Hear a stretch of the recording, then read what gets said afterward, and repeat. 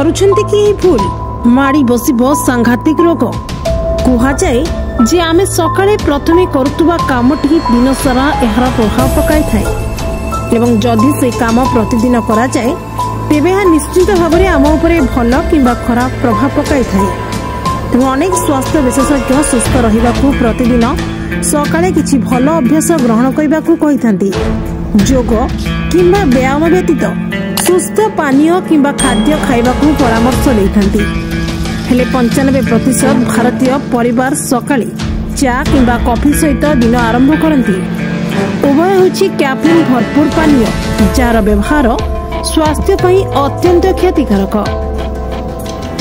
स्वास्थ्य विशेषज्ञ अनुसार प्रतिदिन सकाळे उठिबा परे चा पीबार अभ्यास आपनकु अनेक गुरुतर रोग में असुरक्षित करिपारे।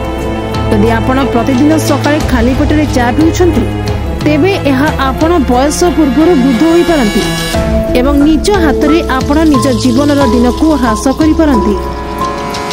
अत्यधिक चा पीबार असुविधा अनिद्रा समस्या भोक न लागिबा हृदरोग समस्या उच्च कोलेस्ट्रॉल भूलिबार समस्या उच्च रक्तचाप हाड़र दुर्बलता।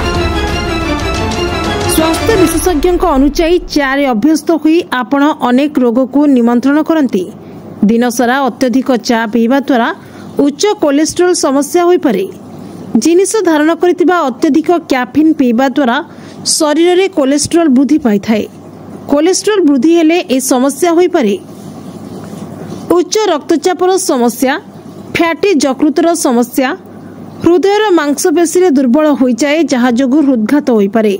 मस्तिष्क रे रक्त संचालन बंद होगा लगे जहाँ ब्रेन स्ट्रोक रो आशंका सृष्टि करि पारे।